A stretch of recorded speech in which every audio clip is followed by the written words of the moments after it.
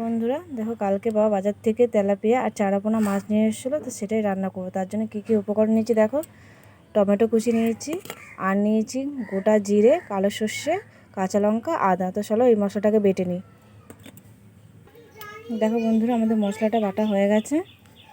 আর মাছে নুন হলুদ মাখিয়ে রেখেছি। কড়াই গরম হয়ে গেছে, এবার কড়াইতে তেল দিয়ে দেবো। সাদা তেল দিলাম কড়াইতে মাছটা ভাজার জন্য। তো দেখো তেল গরম হয়ে গেছে, এবার মাছগুলো এক এক করে ছেড়ে দেবো।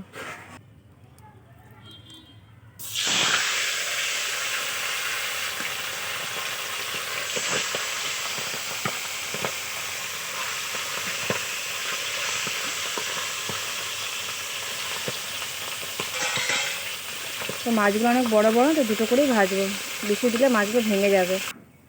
তো দেখো বন্ধুরা, আমাদের মাছ ভাজা হয়ে গেছে। এবার কড়াইতে গোটা জিরে দিয়ে দেবো ফোড়নে। তো যে গোটা জিরে দিয়ে দিলাম, একটা শুকনো লঙ্কা দিয়ে দিলাম, আর দুটো তেজপাতা দিয়ে দিলাম।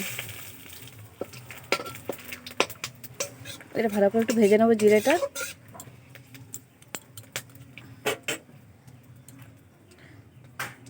তো জিরেটা ভাজা হয়ে গেছে, এবার টমেটোটা দিয়ে দেবো।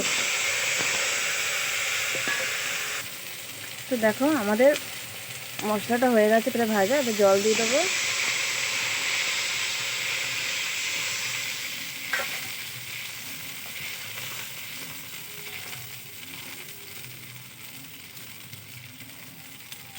পরিমাণ মতো নুন দিয়ে দেবে, আর পরিমাণ মতো হলুদ দিয়ে দেবো।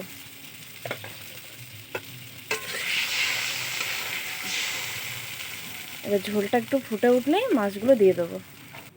তো দেখো বন্ধুরা, ঝোলটা ফুটে উঠেছে, তো মাছগুলো এবার দিয়ে দেবো একটা একটা করে।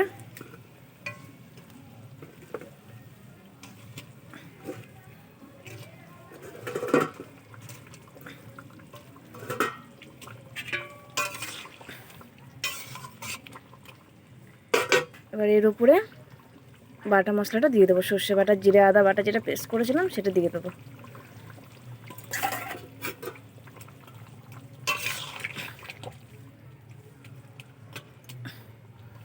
পাঁচ মিনিটের মতো ঢাকা দিয়ে রাখবো। তো চলো বন্ধুরা, দেখি ঢাকাটা খুলে দেখি মাছটা হয়েছে নাকি। এখনও হয়নি, আর একটু ঝোলটা টানবে। তো আরেকটু ঢাকা দিয়ে রাখি মাছটা, আর 5 মিনিটের মতো ঢাকা দিয়ে রাখি, তারপর দেখি। তো দেখো বন্ধুরা, আমাদের মাছ হয়ে গেছে। তো মাছের ঝোলটা কেমন হয়েছে কমেন্ট করে জানিও।